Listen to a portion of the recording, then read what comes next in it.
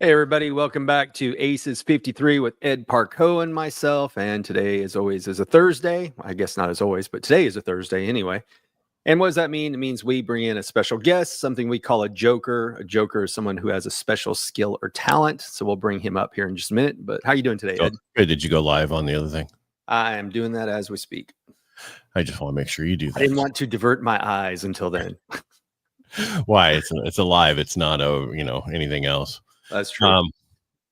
I don't know how's I've been still doing those posts ever since Steve passed away, and everybody was posting all that stuff about Steve and how amazing he was, because he is.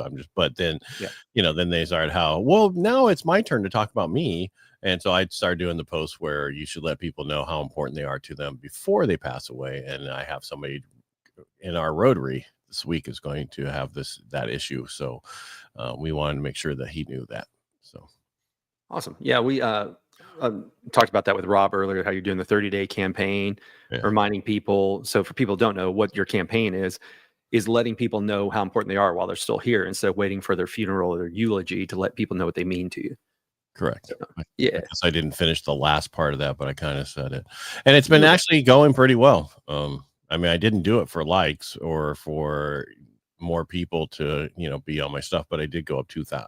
I not as great as what you went up. I didn't go from 20 to 200,000 with a few posts. I'm 198. People have left me. Okay. Well, that people that left me over the last few years, I got them back. So I'm there back to 22, which it's a vanity metric. It's not important. That's not the reason I did it. Right. But yeah. So then after this, it's going to be 30 days of veterans, why we should be doing have a Veterans Month, not just a day, and how to get that to a full-time law, not just a proclamation. Awesome. All right, who's our guest today? So today we have somebody else that we met, speaking of Steve Sims, through the Speakeasy group. And so in 2021, and I know you were around the Speakeasy before I was, but in 2021, when the same one I met you at is was it September 2021 in San Diego, one of the people that was also there was Rob Anspach. And so Rob has been really interesting because he's just one of those really nice guys that, like, when I got started, I didn't know what the hell I was doing. My website was a mess. You and I have talked about before, we had some people design our speaker pages, but they didn't do SEO the right way. So Rob came in and helped me with a variety of things. Came in, fixed a bunch of the SEO. He helped me write a bunch of blog posts to kind of get that going, which I failed to maintain, and I'm gonna have to get back to that. But in addition to that, the funniest thing is, I swear every time we talk to you, Rob, like, you've got a new book out. So how many books do you have total?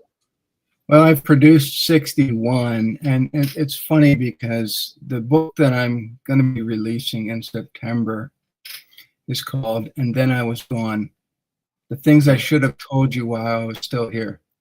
And I've been working on that one for a while. It's short and choppy and sarcastic, and it lets everybody, I won't name names in the book, but I do break it down, so my spouse and my kids and then my clients and everybody else, I give them the blueprint to what to do.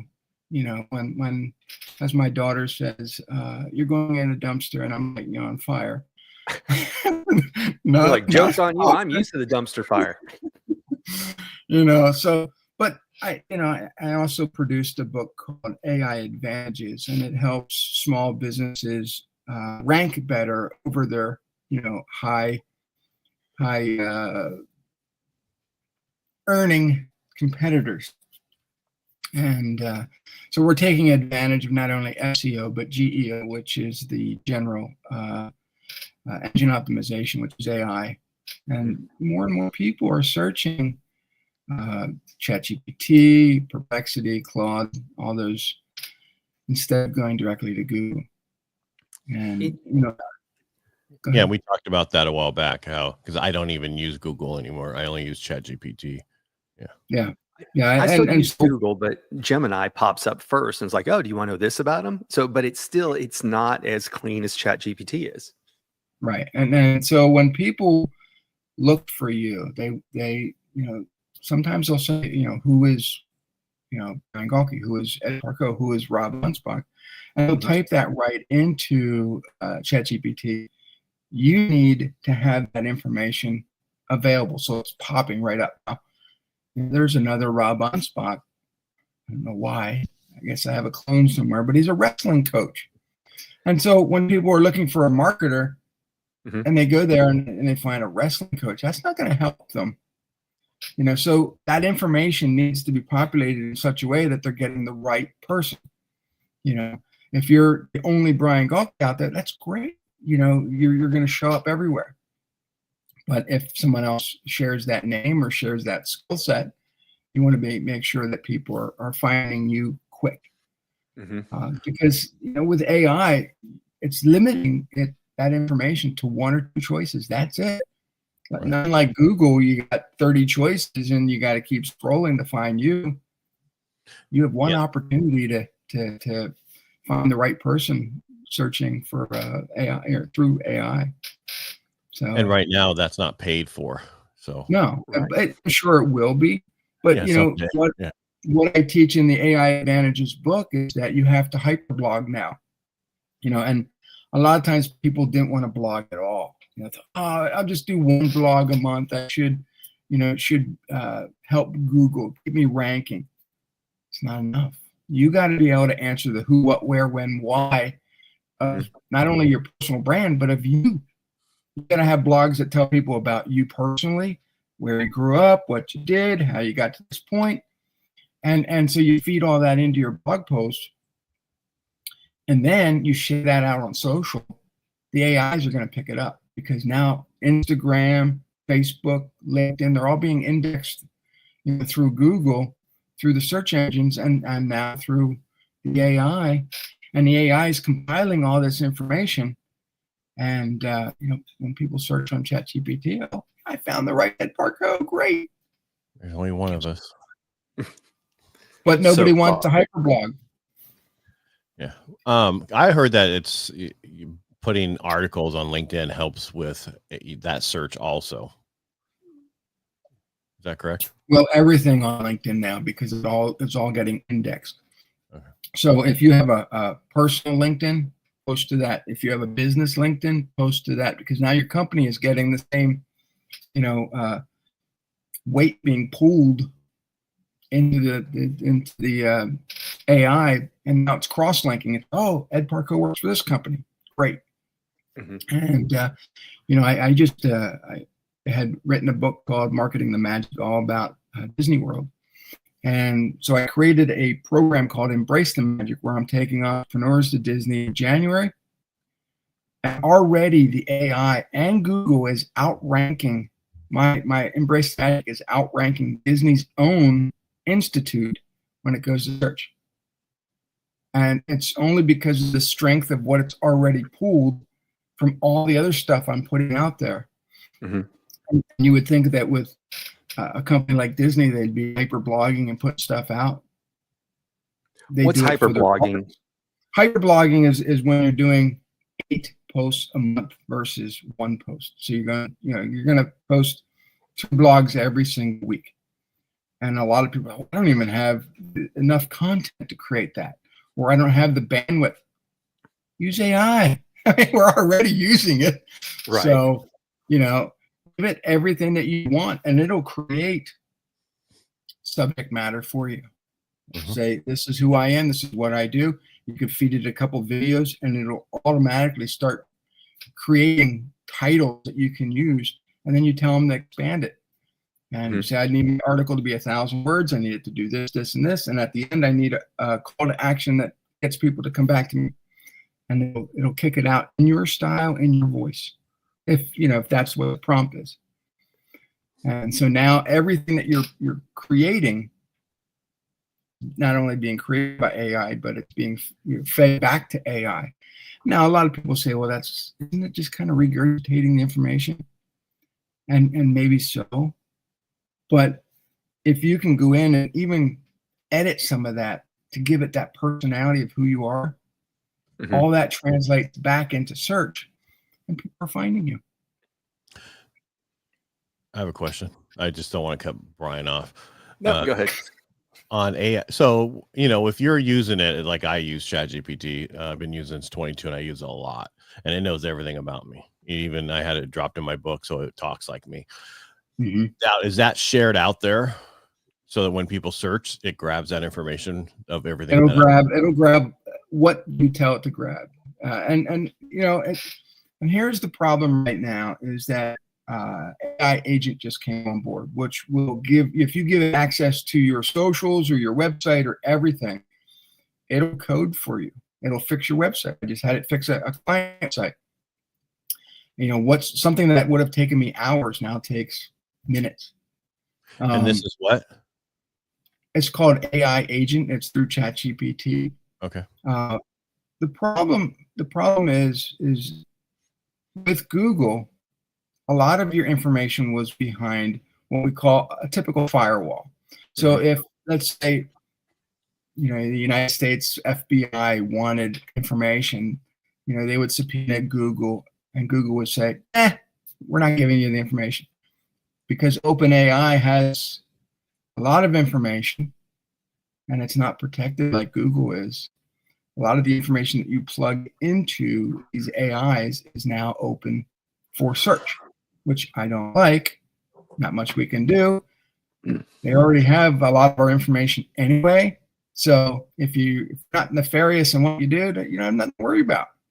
But, a lot of people will share information to the AI, especially ChatGPT, that they wouldn't share with anybody else.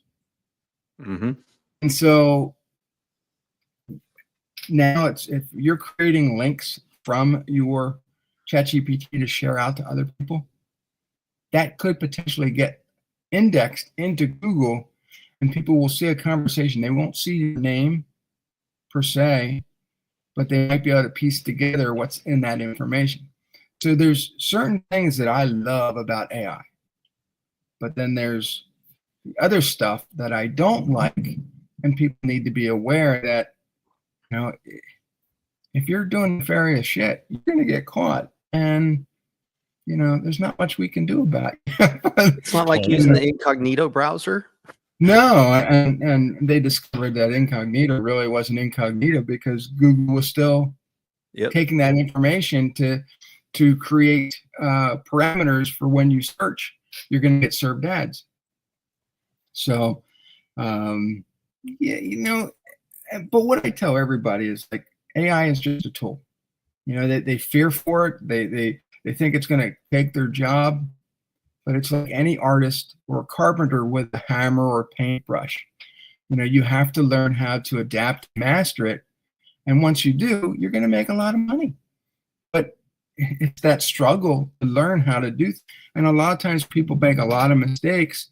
They're entering a lot of information wrong in hopes that the AI is going to spit out something that's intelligible, which we know that AI makes mistakes. Yesterday, I was arguing with the damn AI. I asked it to create a simple graphic. Could it? No. Words were spelled wrong. Things were done. I'm like, which model was that? Was that ChatGPT or was that one? That was 4.0.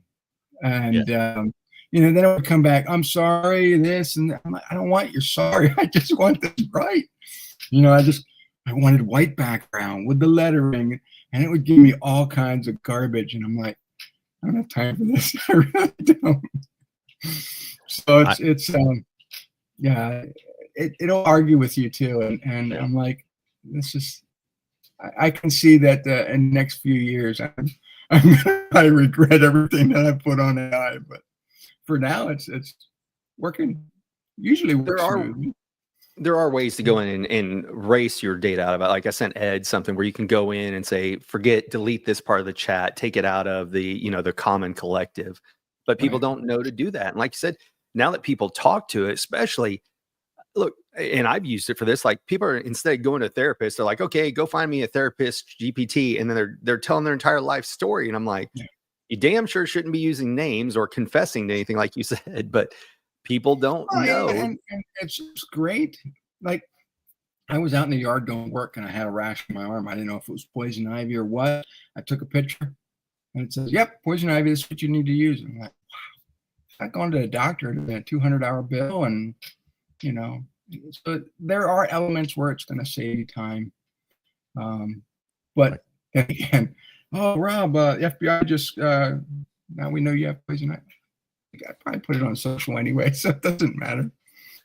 Yeah, so I used it. We put new concrete in the front of the house, and there was this post that was in the way, and I took a picture of it and said, figure a way that I can not have this post back, and it gave me 3 ways to get rid of the post, and we ended up doing one of them.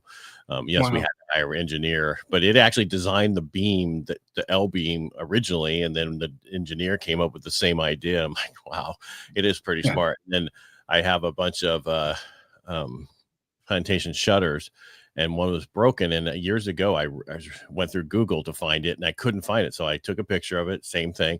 And it gave me all the websites to go to get it. And it was done in seconds, where before you couldn't do that. So, and people understand how easy it is to use for everything.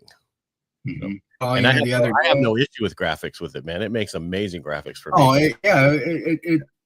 It can make some amazing graphics, but it does have an issue occasionally with words. It does occasionally. I've noticed there's certain times, if at 5 o'clock my time, Eastern Standard, where everybody's getting out of work or everybody just got home and they want to work on something, it bogs down. Certain times when it runs smoothly, and then there's other times it just says, "Forget it, Rob. I'm just going to argue with you all day. So come back later." I don't want that. But I also find it on your phone for graphics is way better than on a computer. Really? Yeah. Yes. I didn't know that. I use it all the time. For some reason, on my iPhone, when I do it, especially my other one, my bigger, it's like so much better than when I do it on the computer. Up until about 2 years ago, ChatGPT was basically, it didn't have any current information. Right. It had only gone up to 2021. So you're using this and it's like, Rob, I don't know anything about you up until this date. So I'm glad there is new stuff, and now it can scan websites. It can do all kinds of stuff. And the other day my website was getting attacked by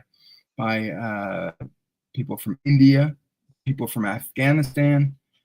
And although I have a security program on there, I gave it control, and it locked down my site so fast, and I haven't had attacks since. So there are some pluses and minuses to everything out there. But, I think as a tool, it's saving entrepreneurs hundreds of hours of time and frustration that they can be better served in helping their clients. Yep.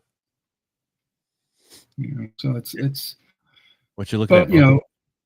For editing right now, you can tell. Now I used to use M-dashes all the time. So, everybody, the M-dash thing.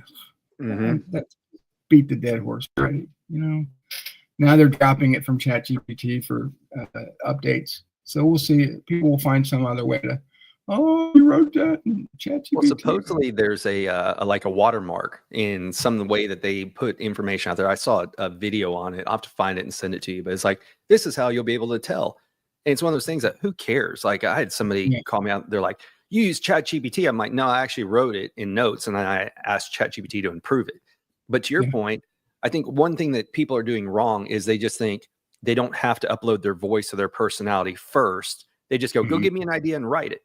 And that's something Ed and I have been talking about for a while, is you need to let it get to know you like it's your personal PR agency and everything else, because if not, then you just look like every other jackhole that's out there, because anybody who types in, go write me 30 days of email about blah, blah, blah. Well, if it's not in your voice and everything else, people will know. And these new videos that are coming out with, it looks like your clone and it sounds like your clone, and you're looking at it and going, has that person even blinked in like 3 minutes? It's AI. But, yep. It's like the stuff you see online, all these women, hot women, and you're like, okay, that's AI. Look at the eyes, look at the different. You can just tell, it's too perfect. Oh, and then I called someone out the other day, and she puts a lot of her photos on there and they've been re-glossed over with AI. And I'm looking closely. I'm like, she's got 7 fingers on one hand. I call her out. Did you use AI to enhance this? And she basically says, F you and unfriends me. And I'm like, really? She waved bye with all 7 fingers. That's I created one the other day, and it's a guy, and his hand was a woman's hand. I could just tell by the nails. It's like, okay, that's not just a normal manicure. That is, I need to find my old business card from like 20 years ago when I had my cleaning service. I photoshopped my head on somebody else's body with a tie and nobody knew for a long time. And a buddy of mine goes, "Do you even own a pair of suspenders?" I said, "No." And now he just razzes me about it all the time. I'm like, but people used to give Photoshop crap all those years ago. Yep. And now they're like, "Oh, it's AI. Okay, no big deal." What's the difference? Yeah, for me though, it never looks like me. It never looks like you. It doesn't. They changed my face. It looks like I'm like, Brian, remember that one you were doing? That's what I was getting. I'm looking for it right now. Yeah, he has one that where he's like, okay, change this, and it was fine. Get the glare out of my glasses, and then they did something else that looked like something totally different. I was doing a thing with my wife and I looked like me and she didn't look like her. It's like, there's no way I could post this. Someone's going to say, "Who are you dating now?" Yeah. I mean, it's just enough, just enough change. And then I redid it again. And then I didn't even look like who I was. So, yeah. Yeah. I think in the near future, it's going to be something that is ingrained, and we get taught how to use it better. There are people out there that are trying to do that. Do I think that the future kids are going to be at a disadvantage? And Brian and I were talking about this earlier, and he brought up WALL-E, where in the future everybody's fat, everybody's floating around in their chairs, and they're really not doing anything, and it's that human element that we're going to crave for. But these kids today, it's they're being brought up in this AI world where, and then I look at that movie Ready Player One, and it was all basically AI world, and so we're gonna have to I think put some safety measures in place. But I think as a tool, it's great. But I don't think it's going to be a Terminator level event that we're going to have. Here's the one that we're talking about. But not everybody. So this was Adam Lyon's event. He had you can see the ring light and everything there. And so I asked AI, I'm like, "Hey, can you get rid of the glare in the glasses?" And so it did this. And I said, "Now, can you enhance it?" Even that one's a little bit different than you. So it's all the rest is the same. That's all me. But they just got rid of the glare there. Go back to the other one. It just zoomed in. Okay. All right. I'll give you. Look, same shirt. It just zoomed in. I know it's the same shirt, but the face is off just a little bit. But that's what it said when I asked it to make a high resolution export. So, that looks just like you. Yeah. If you're high resolution, if you worked out all the time, that's right. Yeah. So anyway, it was just funny. The puffer version of Brian. Yeah, but I mean it. And that's the thing is, will it be to where you can take a picture of somebody and then put somebody else in it, and then you can't tell that that's what happened, right? And that's what the safeguards got to get in there. Also what we need is, I just needed to run my phone and text and everything else and tell everybody to go away. I mean, I have the AI agent doing the other stuff through high level, but I'm just saying there's so many stupid questions, things we get. Tired of the usual 150, 175 basis points, Bob. It's like, go away. I didn't ask. Yeah, well, I uploaded a picture that had my logo on it, and it refused to do a mock-up. I'm like, it violates IP trademark law or something. I'm like, it's my logo. It wouldn't even budge. It just wouldn't help me, and I had to remove my logo for it to do anything. And I'm like, yeah, but all these other ones are copying people's faces and doing this, and you're arguing to me about a little logo. When I was doing my Operation Firewalk stuff for the T-shirt for it, I asked it to do a few things, and it wouldn't do it because it was a military, blah blah blah. But it created this picture of the veterans. Well, he had an M16 in his hand. I was like walking with the family on a firewalk. Yeah. I'm like, all right, can you remove? And I went and can you remove this? I'm like, but you won't do this other stuff. Had nothing to do with that, but you'll add a gun on there, no problem. Yeah, and I think that the AI agent through ChatGPT is what scares a lot of people, because you're giving it control over your assets, that they can go in and make changes. It's not like it's suggesting to you, hey, these are the changes you should do. We're just going to do them for you. And could it be adapted to press the nuclear button? Who knows? But you're I'm giving curious. it more information. All the businesses that have been charging for AI agents. I mean, I go high levels, my CRM, and they have a whole buy agents for this, buy agents for that. I'm curious what's going to see now that ChatGPT has it for free, or your $20 a month version, right? Mm-hmm. So, it does. Yeah. Yeah, they released it yesterday. If you go log back in, it should say, "Do you want to use your agent?" Well, I think I got it a few days ago, but Tuesday. I already tried Tuesday. it, and there's some scary elements, but you got to think, okay. And what I did for my website is I created a separate email, separate account just for ChatGPT. I didn't give him my own personal information, because I don't want my passwords out there. If I'm gonna, and then this way I give it to ChatGPT. Once it's done the assignment I'm asking it to, I revoke, and change the password so it can't get back into my website.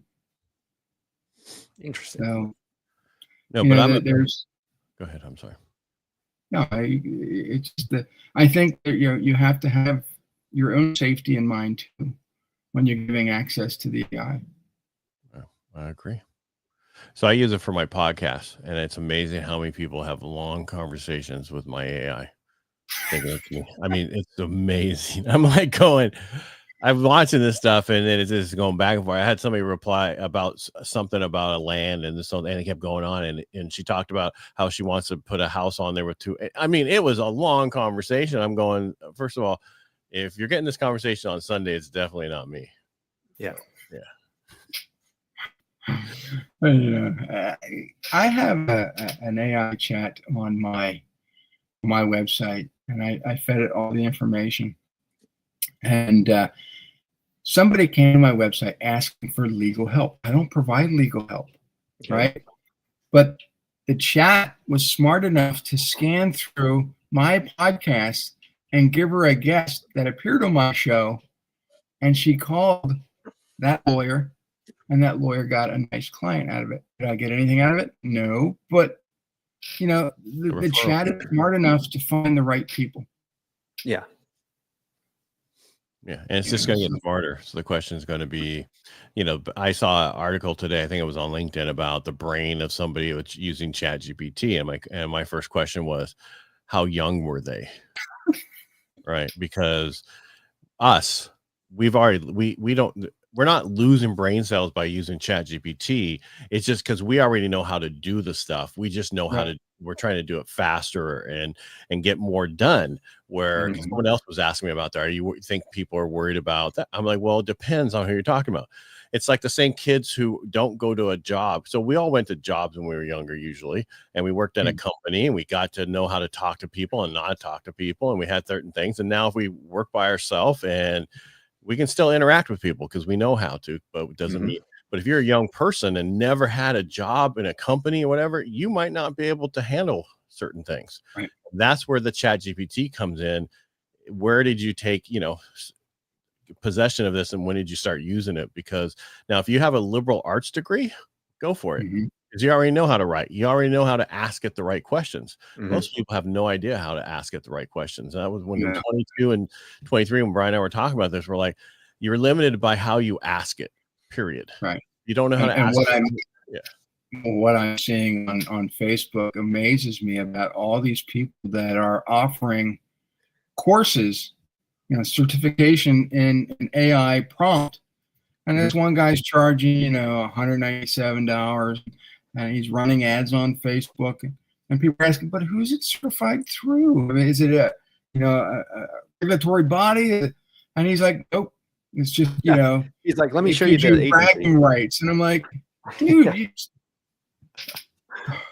hey, so I have a certification with my podcast. So and people are buying this stuff just to learn how to prompt. I'm like, you know what? you're that scared of learning or prompt, just go to ChatGPT and say, look, I'm new. I don't know how this works. Can you suggest prompts that I can use? And it'll tell you. You don't need to go to a course. But I think that's prompt engineers used to make 300,000, 2 years ago, and now they're like, out. We don't need you anymore. Yeah. One of the ladies I just helped buy a house.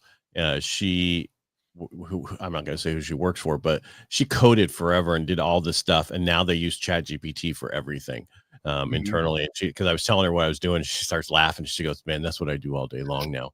And I mean, she's making big time bucks, but and it just makes your job so much easier. Well, when you think about it, and I'm not a fan of Twitter. I hated Twitter. I do like Elon Musk to some extent. But when he transformed Twitter to X, he got rid of 90% of the staff, and the 10% that are left are making the company run more efficiently, and they're making more money now. So, and they use AI to do a lot of stuff. So yeah, I mean, there are going to be people out there that may lose their job because AI has taken it over. But entrepreneurs will adapt to anything. That's what we do. That's I've been an entrepreneur for 30 years. First owning a carpet cleaning business, then for the last 24 years owning this marketing agency. And marketing has changed over the last 20 years. Social media, revamped how we market. And now AI is, changing the spectrum all over again. So we have to adapt. When I first started in a business, what did people have? Yellow pages. Yeah. Right. That was because I used to work in telecommunications, and that was their big. If you were in sales for the phone company, you sold yellow page ads. You just look how everything's adapted. Now, then for a while it was okay, go do Google ads and then do all these other things. And like you said, it's constantly changing how you have to market yourself.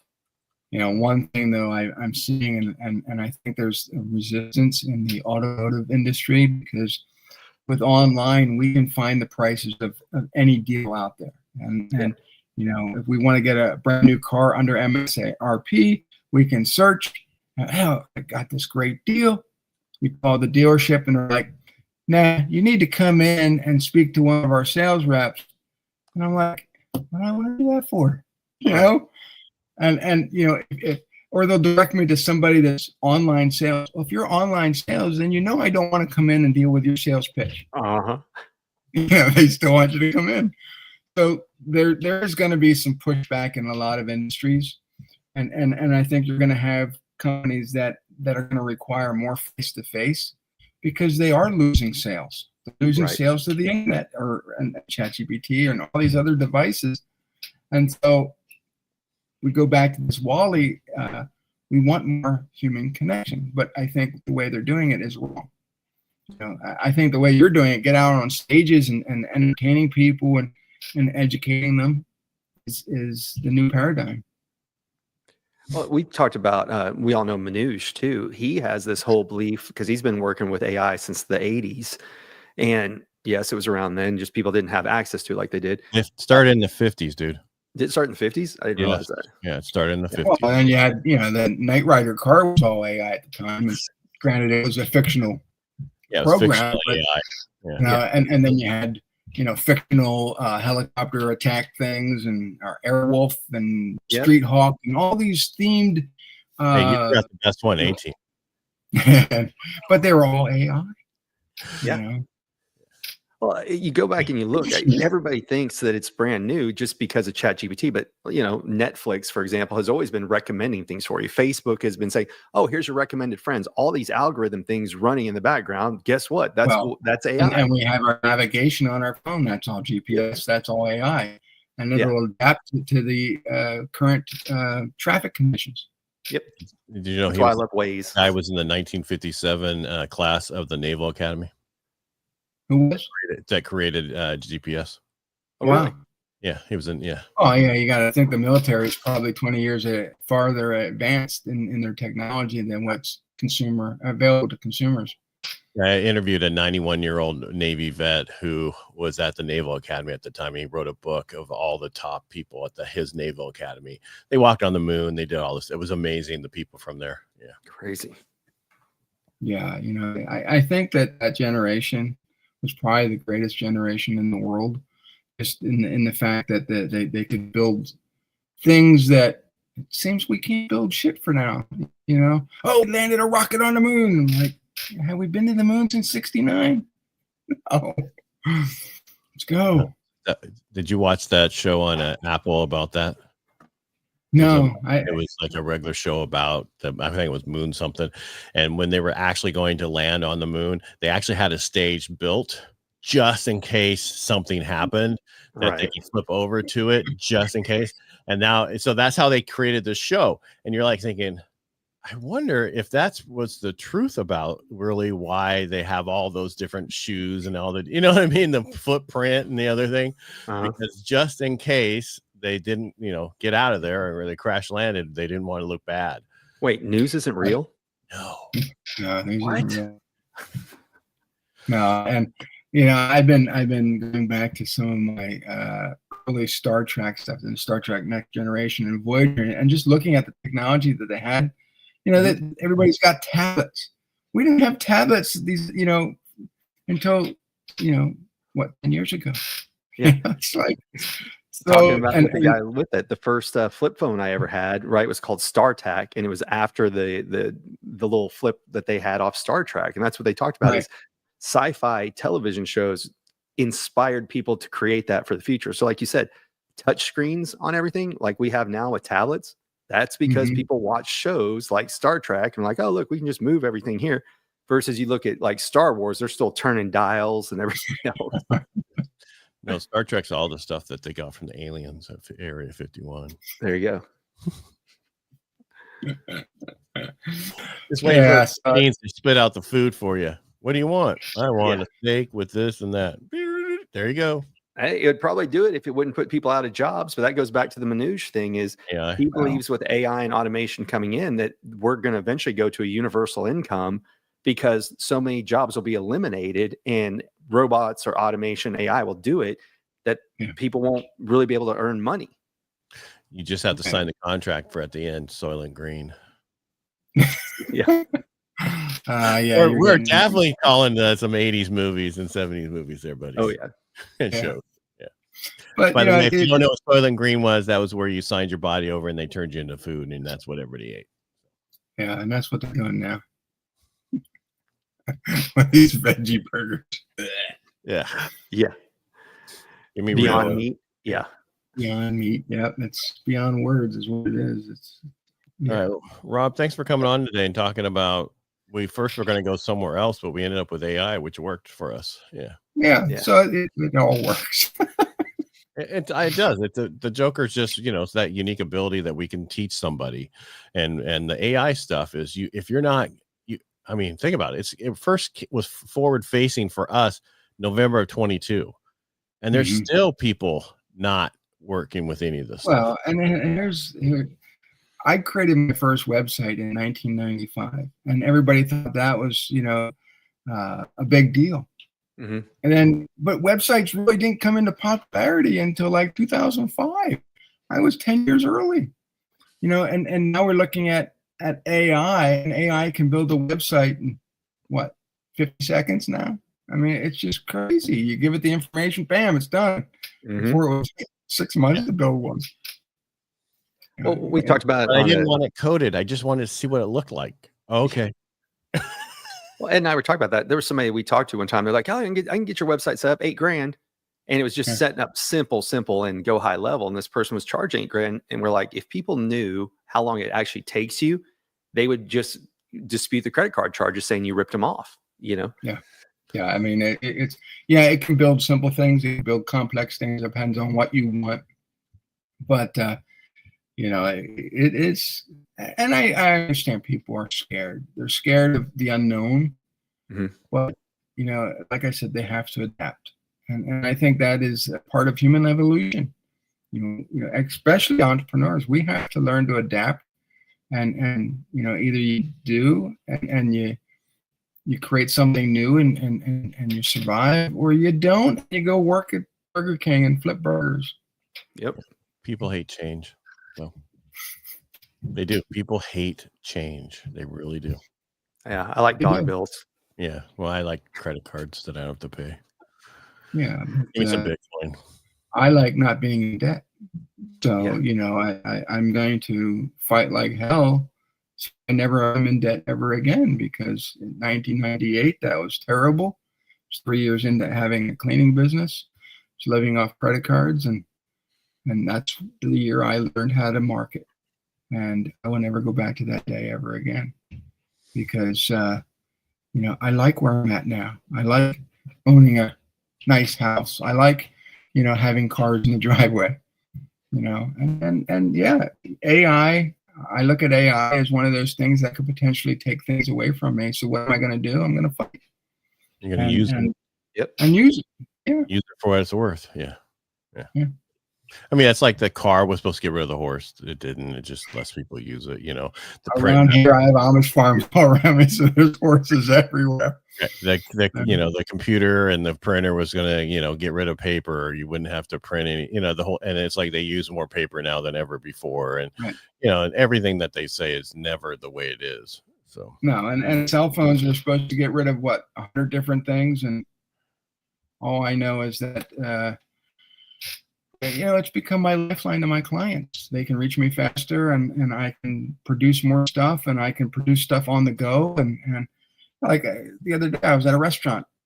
Somebody said, "Hey, something's wrong with my website." I just went, I was in the website, fixed it, and I'm done. You know, granted, my wife doesn't like me working when I'm out eating, but, you know, why wait for till I'm done and then get back in the office and do this and do that? And 6 hours later, I probably forgot, and then they're yelling at me. I can just fix it on the fly. So. All right, we got to call it. I'm gonna have to get to. All right. Unfortunately, which is it'll take us out. Yeah, it's not just goodbye. All right, Rob, thank you for showing up today, being the Joker. Really appreciate you. Do you want people to find you about anything you do? How do they find you? Oh, I hide a lot. No. Yeah, you do. They can go to my website, AnspachMedia.com. They can go to GetRobsBooks.com, which goes to my Amazon page. They can look at all the books. But I do have some free stuff, free books on my website. So AnspachMedia.com. Go to shop, or store, or whatever it's called. And I think there's like 8 or 9 books you can download for free. There you go. Brian, thanks for being here today, like you always are on Tuesdays and Thursdays. And I appreciate you all. Thank you. Oh, look at that. You spelled it wrong. Went and found it. I would have copied it from the web. Yeah, that's right. Yeah, all right. Again, thank you everybody for being here. We appreciate you watching us. If you like what we do here, just go to the YouTube channel, subscribe. We appreciate it. And that's will be under ACES53. All right. Thanks, Rob. Thanks, Brian. Bye. Bye. Bye.